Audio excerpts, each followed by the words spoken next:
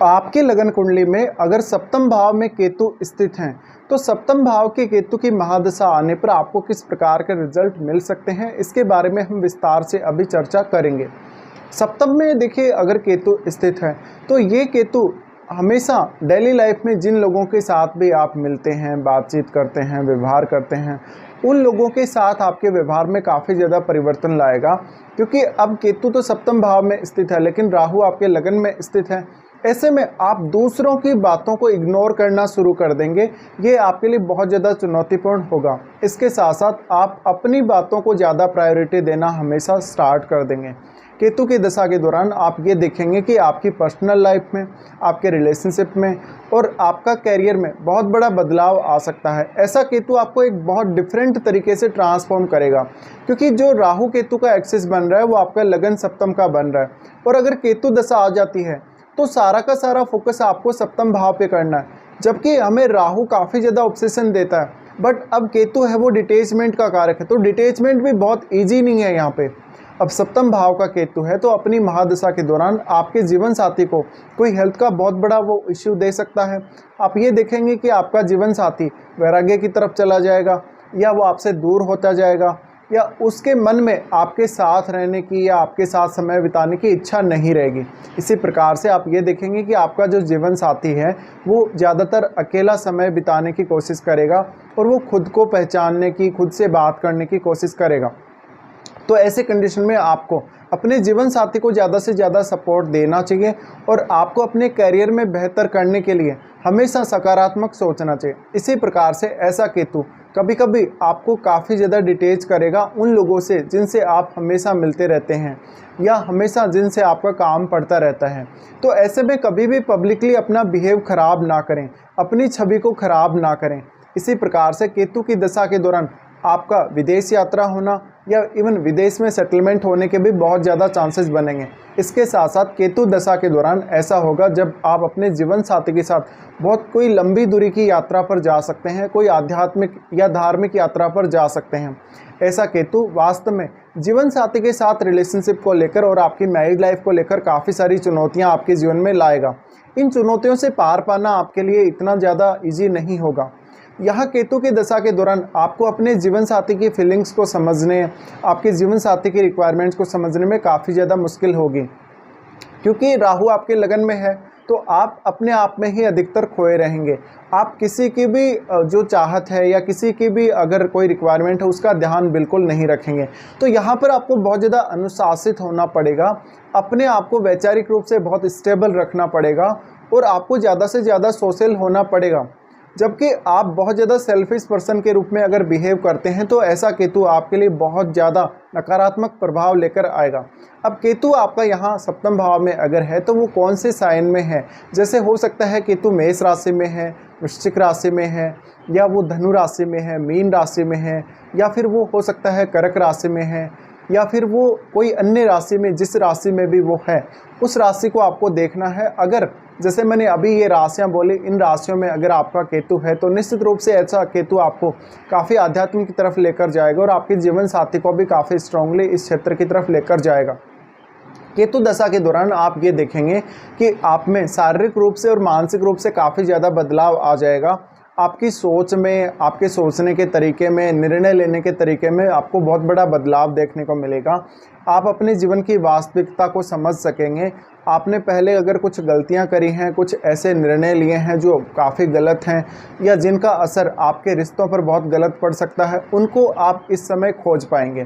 केतु दशा वास्तव में किसी भी प्रकार का रिसर्च करने के लिए, अकल्ट के क्षेत्र के लिए, धार्मिक, आध्यात्मिक, योगासन, प्राणायाम वगैरह या किसी भी प्रकार के चिकित्सा से संबंधित काम करने के क्षेत्र के लिए बहुत ज़्यादा अच्छी दशा रहने वाली है। तो अगर आप या फिर आपका पार्टनर अगर इन क्षेत्रों में है तो बहुत ही अच्छी ये दशा जाएगी। यानी आपके जीवन को ऐसी दशा एक स्पिरिचुअल उत्थान दे सकती है, एक धार्मिक उत्थान दे सकती है। लेकिन इस दशा से आप बहुत ज़्यादा लग्जरी लाइफ या बहुत ज़्यादा भौतिक जीवन का आनंद नहीं ले सकेंगे। तो हमेशा रिश्तों को लेकर चुनौतियां आती रहेंगी। इसके अलावा अगर आपका मैरिज होता है केतु दशा के दौरान तो आपका मैरिज केतु दशा के बाद बहुत ज़्यादा डिस्टर्ब होने के चांसेस रहेंगे। इसी प्रकार से केतु आपके क्योंकि राहु के जस्ट ऑपोजिट स्थित होते हैं। ऐसी कंडीशन में राहु की दृष्टि केतु पर होती है, तो आप अक्सर जो भी फैसले लेंगे उनको बहुत ज़्यादा आपको सोचना समझना पड़ेगा, उनका फिर से आपको मूल्यांकन करना पड़ेगा। हो सकता है आपको निर्णय लेने में बहुत ज़्यादा कठिनाई हो या बहुत ज़्यादा देरी का सामना करना पड़े। अब आप ये देखें कि केतु अगर यहाँ पर अग्नि तत्व राशियों में है, यानी अगर स्पेशली अगर मंगल की राशियों में अगर है, तो ये आपके जीवन साथी के साथ काफ़ी मतभेद करवाएगा, लड़ाई झगड़े करवाएगा, इवन मारपीट तक की भी बात हो सकती है। लेकिन यहाँ पर आपका जो जीवन साथी है वो कभी कभी कुछ ऐसे फैसले लेगा जिससे आपको भी काफ़ी ज़्यादा नुकसान होगा। तो केतु दशा में आप हमेशा अपने आप को मेंटल रूप से और फिजिकल रूप से काफ़ी स्टेबल रखने को देखें, और जो एनर्जी आपको मिल रही है वो काफ़ी एक्सट्रीम एनर्जी है, और ये एक ऐसी एनर्जी है जिसमें आप बहुत कुछ कर सकते हैं, लेकिन आपको इस एनर्जी को पॉजिटिव वे में यूज़ करने का ज़रूरत है। अब केतु यहाँ पर किसी अन्य ग्रह के साथ हैं, तो आप ये समझिए कि उस ग्रह से संबंधित क्वालिटीज़ को आप खो देंगे, या उन क्वालिटीज़ का लॉस हो जाएगा, या फिर उस ग्रह से संबंधित रिजल्ट प्राप्त करने में या उस ग्रह से संबंधित जो उस ग्रह का कारकत्व है वो प्राप्त करने में आपको काफ़ी कठिनाइयाँ आने वाली हैं। तो केतु दशा के दौरान वास्तव में आपको अपनी छवि में परिवर्तन आता हुआ दिखाई देगा। आपके पर्सनल लाइफ में, आपकी पब्लिक लाइफ में काफ़ी परिवर्तन आता हुआ दिखाई देगा, आपके रूटीन में बहुत ज़्यादा परिवर्तन आता हुआ दिखाई देगा। अब यहाँ किसी भी क्रूर ग्रह के साथ केतु नहीं होने चाहिए, जैसे कि सूर्य के साथ या मंगल के साथ या फिर किसी भी अन्य क्रूर ग्रह के साथ जैसे कि शनि के साथ भी हो सकते हैं। वैसे अगर देखा जाए तो केतु आपको वैराग्य की तरफ ले जाने का काम करेगा। ऐसा हो सकता है कि आप बहुत ज़्यादा धार्मिक या कुछ स्पिरिचुअल यात्राएं कर रहे हैं तो आप विदेश में सेटल हो जाएं केतु की दशा के दौरान, या आपको अपने जीवन साथी से काफ़ी ज़्यादा अलगाव महसूस हो, या जीवन साथी आपसे अलग हो जाए, किसी न किसी बात को लेकर उनके साथ आपका डिस्प्यूट हो जाए। इसी तरीके से आपकी छवि बहुत ज़्यादा प्रभावित होगी। हालांकि आप अपने लगन को भी अवश्य देखें इस केस में कि लगन में कोई ग्रह है क्या, क्योंकि राहु के साथ वो ग्रह होगा, और अगर कोई भी ग्रह सप्तम में है तो वो केतु के साथ ही होगा। ऐसे में क्या लगन में जो ग्रह बैठा है वो वक्री है, क्या सप्तम भाव में केतु के साथ अगर कोई भी ग्रह बैठा है तो क्या वो भी वक्री है, ये सब आपको देखना है। तो अपने चार्ट को बहुत ही अच्छे से एनालाइज करने के बाद ही आप केतु के जो वास्तविक इम्पैक्ट हैं उनको समझ सकेंगे। तो यहाँ पर एक्चुअल में केतु की जो दशा रहेगी वो बहुत ट्रांसफॉर्मिंग दशा रहेगी आप लोगों के लिए, बहुत ही एक अलग प्रकार की दशा रहेगी। और इस दशा में कभी कभी आपको समझ में नहीं आएगा कि आप कौन से पाथ को चुनें, कौन से रास्ते को चुनें। आपके सामने ऑप्शंस बहुत सारे होंगे, बट आप अगर किसी दूसरे व्यक्ति पर ट्रस्ट करते हैं, बहुत जल्दबाजी में कोई डिसीजन लेते हैं या धैर्य नहीं रखते हैं काम करने में, तो आप हमेशा गलत निर्णयों का शिकार होंगे और इससे आपको काफ़ी बड़ा नुकसान होगा। केतु दशा में आप अपने रिलेशनशिप को लेकर काफ़ी ज़्यादा असंतुष्ट रहने वाले हैं। आपके जीवन में किसी और की भी एंट्री हो सकती है, कभी कभी ऐसा हो सकता है। इसके साथ साथ आपको अपने जीवन साथी से काफ़ी ज़्यादा शिकायतें रहेंगी, और जिन लोगों के साथ भी आप रेगुलरली मिलते रहते हैं, बातचीत करते रहते हैं, उनके साथ आपका नाता टूटने के चांसेस रहेंगे।